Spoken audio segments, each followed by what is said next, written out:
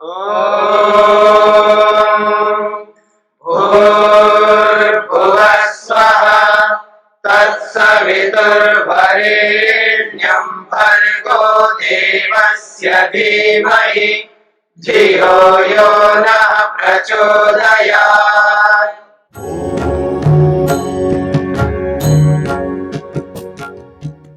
तो 60वें सूत्र को हमने समझ लिया। सत्कार्य सिद्धांत चेत सिद्ध साधन, सूत्रार्थ लिखिएगा।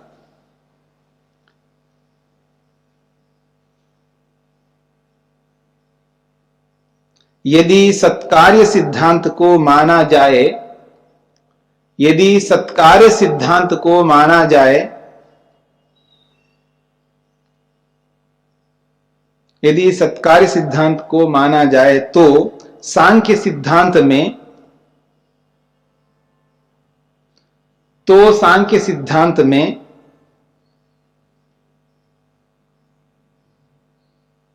कोई विरोध नहीं आता। तो कोई विरोध नहीं आता, क्योंकि सांख्य मत में, क्योंकि सांख्य मत में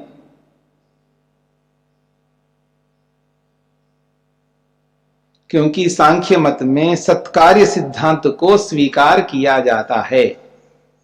क्योंकि सांख्य मत में सत्कार्य सिद्धांत को, सत्कार्य सिद्धांत को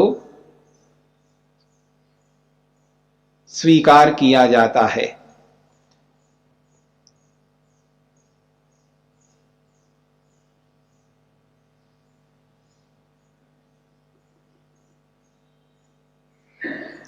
हाँ जी, ये जो हमने 59 और 60 में दो सूत्रों को पढ़ा है, इन्हीं दो सूत्रों को अब अलग ढंग से व्याख्या की जा रही है। कहते हैं अथ अंतिम सूत्र द्वयस्य अन्यो अर्थः। अंतिम जो दो सूत्र हैं 59 और 60वां, इन दोनों सूत्रों के अर्थ को दूसरे ढंग से प्रस्तुत किया जाता है। तत्र पुनः पूर्व पक्षत्वेन उच्यते। 59वें सूत्र को पूर्व पक्ष के रूप में रख दिया और 60वें सूत्र को उत्तर पक्ष में रख दिया इस दूसरी व्याख्या में। कहते हैं पूर्व सिद्ध सत्वस्य अभिव्यक्ति ही दीपेन इव घटस्य यदा शब्दो न स्फोटात्मकः न च नित्यः। जब शब्द न तो स्फोटात्मक है और न ही नित्य है, तदा तो ऐसी स्थिति में तो पूर्व सिद्धम सत्वम स्वरूपम यस्य तथाभूतस्य अर्थस्य शब्दोच्चारणेन अभिव्यक्तिर्भवति। वो कहते हैं पहले से सिद्ध, पहले से ही विद्यमान जिस रूप में पदार्थ है उसी रूप में वो विद्यमान रहता है। उस विद्यमान पदार्थ को शब्दोच्चारणेन, शब्दोच्चारण के साथ, शब्दोच्चारण के बाद अभिव्यक्तिर्भवति, उसकी अभिव्यक्ति होती है। जब तक शब्द नहीं बोलोगे तब तक वो वस्तु अभिव्यक्त नहीं होती है, लेकिन पहले से विद्यमान है। सत्कार्यतया वो सत्कार्य रूप से अभिव्यक्त हो रही है, यानी पहले से विद्यमान है इसलिए अभिव्यक्त हो रही है। इसका मतलब सत्कार्यतया, वो सत्कार्यवाद के माध्यम से, सत्कार्य सिद्धांत के माध्यम से ऐसा हो रहा है। यथा, जैसे कि दीपेन घटस्य सदात्मनः पूर्वतो वर्तमानस्य अभिव्यक्तिर्भवति। जैसे दीपक के द्वारा सदात्मनः पूर्वतः वर्तमानस्य घटस्य, पहले से विद्यमान सत्तात्मक घड़े का या घड़े की दीपक के द्वारा अभिव्यक्तिर्भवति, अभिव्यक्ति होती है। इति मंतव्यम भवेत, ऐसा मानना पड़ेगा आपको, ऐसा पूर्व पक्षी कहना चाहता है। उत्तरेति, तब उत्तर देंगे ठीक है, हमें कोई आपत्ति नहीं है, पहले से विद्यमान पदार्थ की ही अभिव्यक्ति होती है, हम लोग भी यही मानना चाहते हैं। तो इस पूर्व पक्षी का समाधान कर रहे हैं। सत्कार्य सिद्धांत सिद्ध साधन, एष पूर्वतः सदात्मनो वर्तमानस्य अभिव्यक्तवादस्तु सत्कार्य सिद्धांतः। कहते हैं एष पूर्वतः सदात्मना, ये जो पहले से विद्यमान सत्तात्मक रूप में विद्यमान जो पदार्थ है उसकी अभिव्यक्ति होती है। इस अभिव्यक्तिवाद को अगर आप मानोगे तो सत्कार्य सिद्धांत, तब तो सत्कार्य सिद्धांत को मानना पड़ेगा। तो मानेंगे सांख्य अभीष्ट, तो हमारे सांख्य सिद्धांत में वो स्वीकार्य है, हम वैसे ही मानते हैं।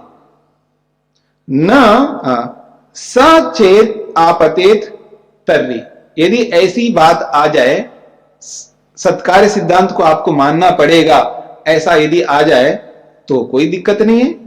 सांख्य सिद्धस्य पक्ष से साधन, सांख्य में तो सिद्ध पक्ष को ही वो और मंडन करेगा। यदि सांख्य सिद्धांत में इसी पक्ष को स्वीकार किया जाता, सांख्य सिद्धांत में ये तो सिद्ध है सत्कार्यवाद, और आप कहते हो सत्कार्यवाद की सिद्धि होने लगेगी, होने दो ना, ये तो पहले से सिद्ध है हमारे पक्ष में, और उसका मंडन करेंगे।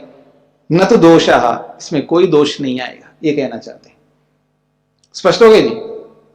तो पहले पक्ष में दोनों को सिद्धांत के रूप में रख दिया, और दूसरे पक्ष में एक को पूर्व पक्ष बनाया, दूसरे को उत्तर पक्ष माना है, बस इतना सा अंतर है। दोनों बातों में कोई विशेष अंतर नहीं है। पहले पक्ष में सूत्रों को सिद्धांत के रूप में रखा और उनकी भूमिका को पूर्व पक्ष उत्तर पक्ष में रखा, और यहां सूत्र को ही उत्तर पक्ष प्रश्न पक्ष रखा है। एक सूत्र को पूर्व पक्ष रखा है और दूसरे सूत्र को उत्तर पक्ष रखा। पहले जो व्याख्या है वह दोनों ही सूत्रों को उत्तर पक्ष में रखा है, और उन सूत्रों के ऊपर जो भूमिका रखी है उस भूमिका को पूर्व पक्ष रखा है, बस इतना अंतर है। दोनों ही बातों में कोई विशेष अंतर नहीं है, लेकिन प्रकारांतर से समझाने का प्रयास किया है। ठीक है जी, चले हम आगे। हाँ जी आचार्य, इसमें पूर्व पक्ष और उत्तर पक्ष का इतना ज्यादा क्लिष्ट हो जाता है ना कि हम कई बार समझ नहीं पाते कि कौन सी वाली बात कौन कह पा रहे हैं। इसलिए कृपा करके हर सूत्र के पहले ये बता दे कि ये कौन कह रहा है, जैसे कि अभी चल रहा है इन दिनों। ये तो हम वैसे भी हम बताते रहते हैं, और जब आपको समझ में नहीं आए तो आप पूछ लीजिएगा। वैसे तो हम लोग बताते ही रहते हैं, ये पूर्व पक्ष का है, ये उत्तर पक्ष का है, अब प्रश्न उपस्थित करके उत्तर दिया जा रहा है, ये तो बताते ही आ रहे हैं। लेकिन कई बार आपको नहीं पकड़ में आता है, क्योंकि आप कई बार लिखते हैं, आपका मन लिखने में चला जाता है तो सुनने में नहीं जा पाता है, कभी सुनते हैं तो लिख नहीं पाते हैं, उसके कारण से कई बार आपका रह जाता है। वैसे पढ़ते समय हम लोग, क्योंकि जो जो आ रहा है ना उसको बताए बिना तो हम आगे बढ़ ही नहीं सकते। प्रश्न उपस्थित किया जा रहा है, बोला जा रहा है ना, अब प्रश्न उपस्थित कर रहे हैं, इसका मतलब समझ लेना ये प्रश्न है, ये भूमिका। अब इसका उत्तर दिया जा रहा है, इसको समझ लेना ये उसका उत्तर दिया जा रहा है। तो प्रश्न का मतलब पूर्व पक्ष, उत्तर इसका मतलब सिद्धांत पक्ष, ऐसा। और हम बोलते रहते हैं, फिर भी आपको कहीं पकड़ में नहीं आ रहा है तो आप पूछ सकते हो, तब फिर हम दोबारा बता देंगे, उसमें कोई दिक्कत नहीं। और मैं ध्यान और रखूंगा, और आपको पूछना ही ना पड़े, और ध्यान रखेंगे, और क्या हो सकता है। ठीक है जी। जी अब एक प्रश्न उपस्थित किया जा रहा है। सत्कार्यवाद सद असद्भ्याम वस्तुनः ख्यानम। ये जो सत्कार्यवाद है ये सद और असद इन दोनों वस्तुओं का ख्यानम अनुभूति कराता है। ये जो सत्कार्यवाद है ये सत और असत दोनों का अनुभव कराता है। जीवात्मनः कर्मवशात जगत वैविध्यम। दूसरी बात यह है, जीवात्माओं के कर्मों के कारण से इस जगत में भिन्नताएं हैं, अलग अलग है। जगत की जो भिन्नता है, जगत की जो विविधता है, ये जीवात्मा के कर्म के कारण से है। एक बात, जीवात्मनः प्रकृतेश्च सत्ताम आश्रित्य साध्यते। और इन बातों को किसका आश्रय लेकर के सिद्ध किया जाता है? सत असत को या जगत की विविधता को? तो कह रहे हैं जीवात्मना प्रकृतिश्च सत्ताम आश्रित्य साध्यते। एक तो जीवात्मा का आश्रय लेकर के और एक प्रकृति का आश्रय लेकर के इन बातों को सिद्ध किया जाता है। परंतु भवेताम प्रकृति जीवात्मनो, हमें कोई आपत्ति नहीं है जी, जिस प्रकृति को आप स्वीकार करते हो स्वीकार कर लो, प्रकृति को मान करके जगत को आप सिद्ध करते हो कर लो, जीवात्मा को मान करके संसार के विविधताएं भिन्नताएं आप सिद्ध करते हो मान लो, हमें कोई आपत्ति नहीं। हमारा एक प्रश्न है आपसे, क्या किंतु ब्रह्मात्मना स्वरूप तो भिन्न वस्तुनि न, हम परमात्मा से भिन्न और कोई वस्तु नहीं है ऐसा हम मानना चाहते हैं, हम ऐसा स्वीकार करना चाहते हैं। पूर्व पक्षी कह रहा है कि परमात्मा के अतिरिक्त दुनिया में कोई नहीं है ऐसा मानना चाहते हैं, यानी अद्वैतवाद। वो कहता है ब्रह्मात्मना स्वरूप तो भिन्न वस्तुनि न, परमात्मा से परमात्मा के स्वरूप से भिन्न कोई वस्तुएं नहीं है, न तो प्रकृति है और न जीवात्मा है। इति कल्पना निराकर्तुमाह, इस पूर्व पक्षी की कल्पना को खंडित करने के लिए आगे सूत्र कहा जा रहा है। मेरी बात को समझने का प्रयत्न करना। स्पष्ट शब्दों में महर्षि कपिल ने यह स्वीकार किया है कि जीवात्मा है, प्रकृति है और परमात्मा है, तीनों पदार्थों को स्वीकार कर रहे हैं इस सूत्र से, आगे आने वाले सूत्र से, जो ये कहता है कि ब्रह्म सत्यम जगत मिथ्या, केवल केवल ब्रह्म ही है, ये संसार जो दिखाई दे रहा है ये तो मिथ्या है, संसार है ही नहीं है और जीवात्मा भी नहीं है, केवल एक ब्रह्म है, एक ही वस्तु है दुनिया में। इस बात को खंडित करेंगे आगे। तो यह प्रश्नकर्ता कहना चाह रहा है कि परमात्मा ही केवल एक पदार्थ है, परमात्मा के अतिरिक्त कोई आत्मा नहीं है, कोई प्रकृति नहीं है, केवल परमात्मा है, ऐसे ये कहना चाहता है। हाँ जी, ब्रह्म सत्यम जगत मिथ्या, तो इस कॉन्सेप्ट में है ना कि ब्रह्म शाश्वत है और जगत जो है टेम्पररी है। ये तो हमें कोई आपत्ति नहीं इसके आपके कथन से, ये लेकिन ऐसा नहीं मानता है, ऐसा नहीं मानते। हाँ, वो लोग केवल केवल एक ही तत्व को मानते हैं। अद्वैतवाद में केवल ब्रह्म ही एक वस्तु, यानी दुनिया में दो वस्तुएं नहीं है, तीन वस्तुएं नहीं है, अनेक वस्तुएं नहीं है, केवल एक ही ब्रह्म है। और जो आपको अनेक दिखाई दे रहे हैं तो भ्रम है, ये तो मिथ्या है, ऐसा वो लोग मानते हैं। ठीक है ना। लेकिन यहां कहना चाह रहे हैं कि अब देखिए सूत्र साक्षात कैसा कह रहा है सूत्र, नाद्वैतम आत्मनः लिंगा तद भेद प्रतीते। स्पष्ट शब्दों में महर्षि कपिल कह रहे न अद्वैतम, अद्वैत दुनिया में हो ही नहीं सकता, दुनिया में कोई अद्वैत है ही नहीं है। न अद्वैतम, अद्वैत का खंडन कर रहे हैं महर्षि कपिल। क्यों? लिंगात, इसके लिए तो लिंग है, लक्षण है, चिन्ह है, बहुत सारे लिंग है, बहुत सारे लक्षण है जिनसे प्रतीति होती है कि दुनिया में एक पदार्थ नहीं है, अनेक पदार्थ हैं। इसलिए कह रहे हैं लिंगा तद भेद प्रतीते, उस चिन्ह से, उस लिंग से, उस लक्षण से भेद प्रतीते, भेद की प्रतीति होती है, यानी अलग अलग वस्तुओं की उपलब्धि होती है, एक ही वस्तु नहीं है दुनिया में, ये कहना चाह रहे हैं। आत्मा न एक एव,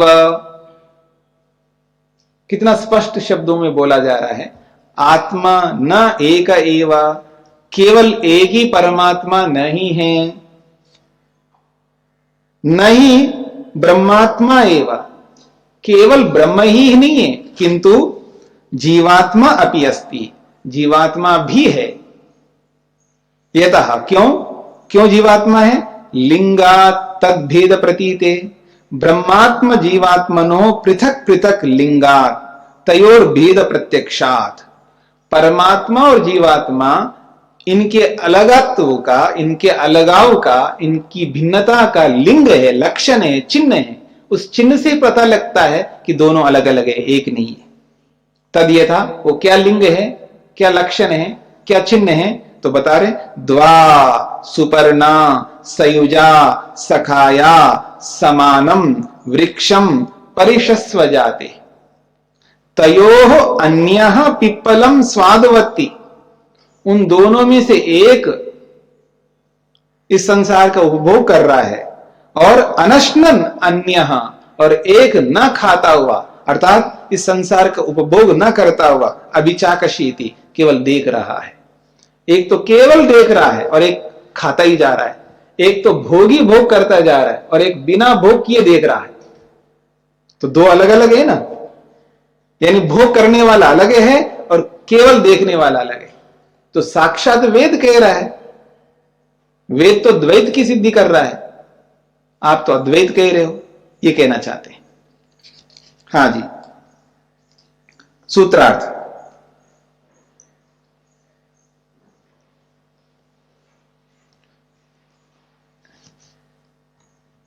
केवल एक ब्रह्मा परमात्मा ही नहीं है, केवल एक ब्रह्मा परमात्मा ही नहीं,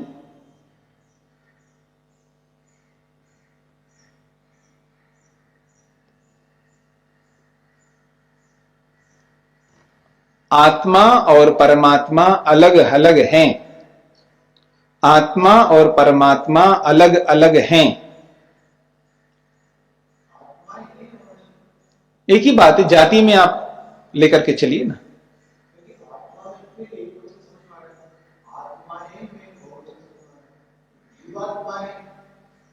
माइक लीजिएगा। आत्मा में एक वचन समझ में आता है और आत्माएं में बहुवचन समझ में आता है। जीव आत्माएं तो बहुत है। ऐसा है, जब जाति में लेंगे ना तब एक बोलने में कोई आपत्ति नहीं है। जब आप दो स्वीकार करो तो अनेक भी अपने आप सिद्ध हो जाएंगे। आप तो एक ही मान रहे हो ना, पहले तो दो को तो मान लो। नहीं, जब लिखते हम ये हैं आत्मा और परमात्मा अलग अलग हैं जी, तो फिर कंफ्यूजन आता ना। कंफ्यूजन आपको हो रहा है, किसी को नहीं आ रहा है यहां पर। तो आपको कंफ्यूजन आ रहा है ना, तो आप वहां आत्माएं लिख लीजिएगा, हमें कोई आपत्ति नहीं है। तो हम जाति में लिख रहे हैं, आप व्यक्ति में लिखना चाहते हैं, कोई आपत्ति नहीं है। तो आत्मा परमात्मा अलग अलग है, ये हम जाति में बोल रहे हैं।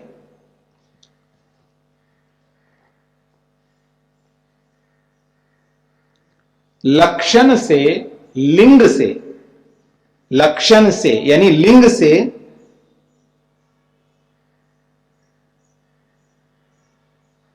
लक्षण या लिंग से उनके भेद का या उनके भेद की प्रतीति होने से, लक्षण या लिंग से उनकी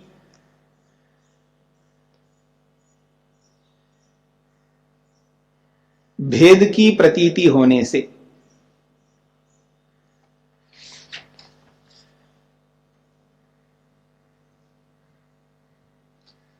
तो आत्मा और परमात्मा का अभेद को सिद्ध कर दिया। यहाँ लिंग स्त्रीलिंग पुल्लिंग, या अभेद को सिद्ध कर दिया, भेद को सिद्ध किया। हाँ जी, यहाँ स्त्रीलिंग और पुल्लिंग से यहाँ पर लिंग शब्द को यूज किया गया है। क्या? परमात्मा पुल्लिंग और आत्माएं स्त्रीलिंग, ऐसा? जब एक व्यक्ति बोल रहा हो ना, सब लोगों को नहीं बोलना चाहिए। जो बोल रहे हैं उनको बोलने दीजिएगा, आप बोलिएगा। यहाँ पर जो लिंग शब्द का प्रयोग हुआ है जी, वो परमात्मा को पुल्लिंग और आत्माओं को स्त्रीलिंग दर्शाया गया है या कोई और शब्द है? लिंग का मतलब यहाँ लक्षण है। यहाँ लिंग का मतलब लक्षण है। अलग अलग लक्षणों से हमको प्रतीति होती है कि आत्मा अलग है, परमात्मा अलग है। यहाँ लिंग का मतलब चिन्ह है, पहचान का सिंबल है। यहाँ लिंग शब्द सिंबल के लिए आ रहा है। हाँ जी, स्पष्ट हो गया आपको? जी, चलिए, आपने आत्मा और परमात्मा को अलग अलग सिद्ध कर दिया। ठीक है, मान लेते हैं आत्मा परमात्मा अलग है। चलो, प्रकृति और आत्मा को एक मान लो। अगर कोई सोचे ऐसा, तो उसके लिए कह रहे हैं प्रकृतिया सह स्यात् ब्रह्मात्मनो अभेदा। चलिए, आपने आत्मा को परमात्मा से अलग कर दिया। ये जो जगत है, ये जो प्रकृति है, ये प्रकृति और परमात्मा एक ही चीज है। अगर ऐसा कोई माने तो उसका उत्तर दे रहे हैं, न अनात्मना अपि प्रत्यक्ष बाधात। न, ऐसा नहीं हो सकता। अनात्मा के साथ में, अनात्मा का मतलब जड़ वस्तु, जड़ वस्तुओं के साथ में भी परमात्मा की अभेदता नहीं है, उनमें एक रूपता नहीं है। यानी प्रकृति परमात्मा एक ही है ऐसा कभी नहीं हो सकता, जगत और परमात्मा एक ही हो ऐसा भी नहीं हो सकता, इस बात को भी समझना है।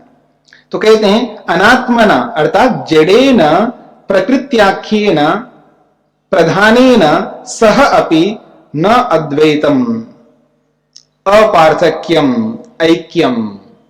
कहते हैं अनात्मा का मतलब जड़ पदार्थ, वो जड़ कौन है? प्रकृति रूप प्रधान, उसको प्रकृति कहो या प्रधान करो, तो प्रधान प्रकृति रूप जड़ पदार्थ के साथ में परमात्मा का अद्वैत नहीं है, अपार्थक्य नहीं है, ऐक्यत्व नहीं है, इन दोनों अलग अलग है। यतः क्यों? प्रत्यक्षम ही दृश्यते प्रकृति परिणामः जगन नश्यमानम। ये तो प्रत्यक्ष दिखाई देता है। क्या प्रत्यक्ष क्या दिखाई दे रहा है आपको? प्रकृति जो है परिणामी है, बदलता है, परिवर्तनशील है, जिसमें विकार होता है। जगत नश्यमानम, ये संसार जो है नष्ट होता है। तत्रापि नश्वर धर्मत्वम आपद्येत। यदि प्रकृति को और परमात्मा को एक मानो तो परमात्मा में भी नश्वरता दिखाई देगी, फिर इसका मतलब परमात्मा भी नाश को प्राप्त होता है, यह मानना पड़ेगा आपको, और यह सिद्धांत को स्वीकार ही नहीं है। किंतु सतु प्रकृतिम परिणमयति, वो खुद नष्ट नहीं होता है, परमात्मा खुद नष्ट नहीं होता, परमात्मा स्वयं परिवर्तित नहीं होता।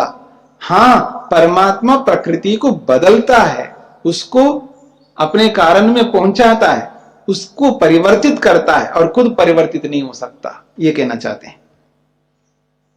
तो इसलिए कह रहे हैं एकम बीजम बहुधा करोति, एक बीज के रूप में है, एक प्रकृति के रूप में है, उस एक प्रकृति को कितने स्वरूपों में बनाया, देखिएगा, पकड़ में आ रहे ना। एक प्रकृति है, सत्वरस्तम रूपी, उसको एक मान लो, तो एक प्रकृति को कितने रूपों में लाइए। गंध तो गंध है ना, कितने प्रकार के गंध है, देखिएगा। रस तो रस है ना, कितने प्रकार के रस हैं। जब एक आदमी मिठाई बनाता है, कितने प्रकार की मिठाइयां बनाते जी, 56 भोग तो वैसे लगाते हैं, ठीक है ना, और न जाने सैकड़ों प्रकार की मिठाइयां बनाते हैं, सैकड़ों प्रकार की मिठाई। जब एक आदमी इतनी प्रकार की मिठाइयां बना सकता है, तो भगवान देखिए कितने प्रकार, पत्ते देखिए, पत्ते कितने प्रकार के हैं, आप गिन नहीं सकते, आपके बस की बात नहीं है, इतने प्रकार के पत्ते हैं, इतने प्रकार के वृक्ष हैं, इतने प्रकार की, मतलब उसकी कोई सीमा ही नहीं है, अनगिनत है, असंख्य है। तो इस दृष्टिकोण से वो कहना चाह रहे हैं, एक प्रकृति को, एक बीज को अनेक रूपों में जो बनाता है वो परमात्मा है, और जिसको वो बना रहा है वो अपने से अलग है, वो अपने आप को विकृत नहीं कर सकता, और ईश्वर तो अखंड एक रस है। सूत्रार्थ लिखिएगा,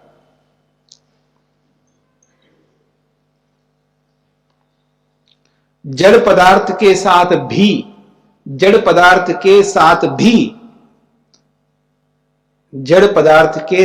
भी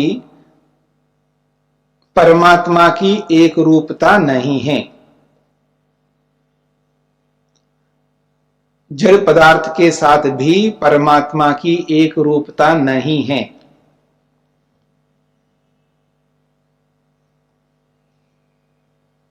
दोनों को एक रूप मानने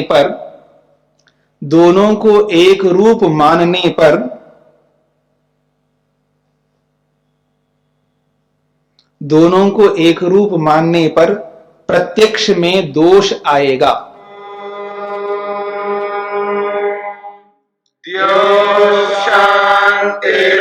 शांतिरंतरिक्षम शांति पृथ्वी शांतिरापः शांतिरोषधयः शांति वनस्पतयः शान्तिर्विश्वे देवा शान्तिर्ब्रह्म शान्ति सर्वं शान्ति शान्तिरेव शान्ति क्षमा शान्तिरेधि ॐ शान्ति शान्ति शान्तिः